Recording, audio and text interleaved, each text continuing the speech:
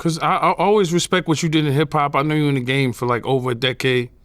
But, you know, you being a Caucasian man, you know, you're not black, you know, of course. How do you feel when people call you a culture vulture? Because I really don't see you like that. I know the work you put in. But, like, how do you feel, like, about that? Like, you know, when you ask me, yo, what white guy you could name that you feel people won't say is a culture vulture, Steve Lavelle.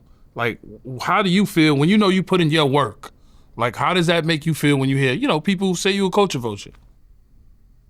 I don't know of any white person in hip hop that has been called a culture vulture at some point. Eminem gets called a culture vulture, right? Right. Uh-huh. And it's hard to argue him being one of the greatest rappers ever. And in fact, like if you think about it, Eminem has had the longest consistent, relevant run in hip hop of any artist ever.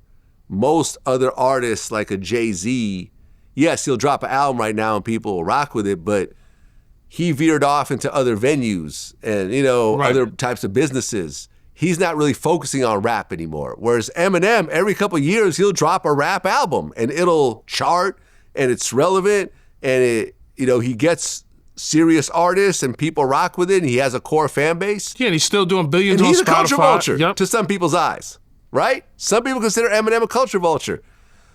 Steve Rifkind, my man, who I worked under for a bunch of years, he discovered Big Pun, Wu-Tang Clan, 3 6 Mafia, Akon, the list goes on and on. Mobb Deep, right? This is all loud records. People call him a culture vulture.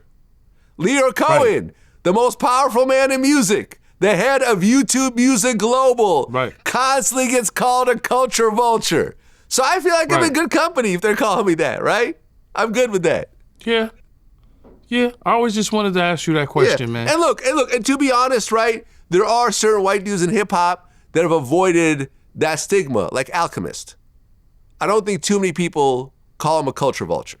Some do, I'm sure, but in general, people don't. Mac Miller, I don't think a lot of people called him a culture vulture, right? So certain dudes kind of avoided that to a certain degree, but then there's people that are still like a Umar Johnson will probably call them culture vultures. Right. And they probably, you know, someone like a Umar will probably say they can't be the best because they're not black.